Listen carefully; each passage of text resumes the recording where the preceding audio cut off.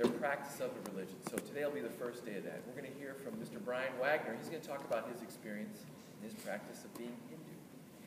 One little information piece, so students in my class, the Hinduism test is going to be on Monday. Okay? And so it'll be all the terms you'll need to know is there. And of course, I think some essays from Mr. Wagner's talk would be a great idea.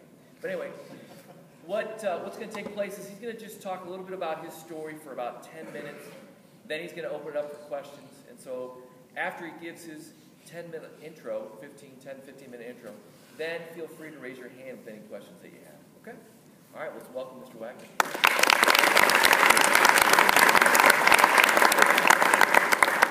Hi, everyone. Okay. If I lose connection with the mic and do this and you can't hear me, let me know. Do something.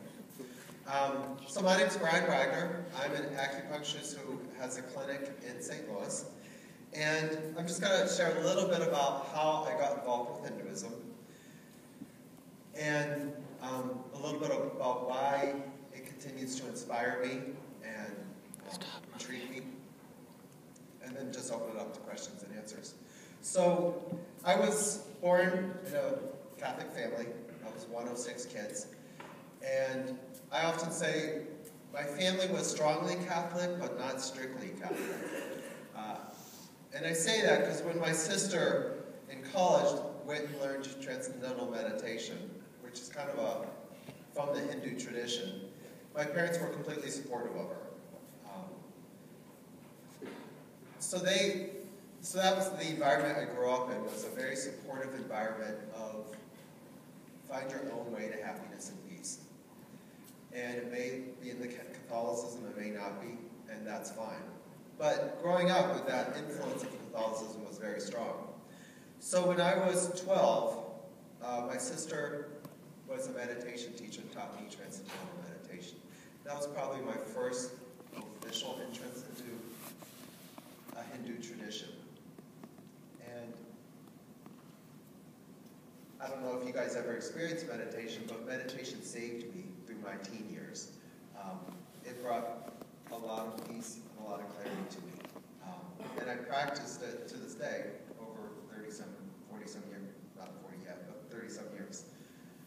So that was an early exposure to it. And then also around that time, my sister gave me a copy of the Bhagavad Gita. And the Bhagavad Gita is a Hindu scripture. And I was really fascinated by it, intrigued by it, and inspired by it. And also, I was exposed to a life. I also got a little booklet of the life story of Krishna. Krishna in Hinduism is a very popular incarnation of God. And in Hinduism, you know, in Christianity, you got Jesus. He's the incarnation of God. In Hinduism, you got lots of incarnations of God. And Krishna is just one of the more popular ones. So I was fascinated and intrigued by that as well.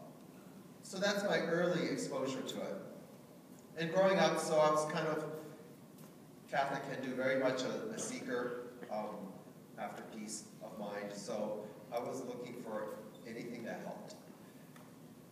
And in my early 20s, I entered the Franciscan religious order for a couple of years to see if that's where I wanted to be and if that fit for me.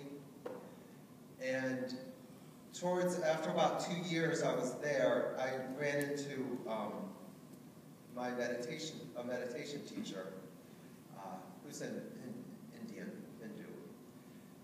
And I was just on a sabbatical for like a week from the seminary. And he gave a weekend workshop on meditation. And he taught a series of breathing techniques. And those blew my mind. After my first experience of it, it's like I felt love for everyone, and my consciousness was really clear. And I'm like, I like this. This is what I want. So I left the seminary and went to India for about 6 months to study with him. And in that time, I became a teacher of his techniques, of his style of meditation. And I did that for about 15 years, traveling around the United States and that, teaching programs, and that I would see him when he would come to the States and do retreats with him and all that. So that was kind of more an immersion into a Hindu mindset.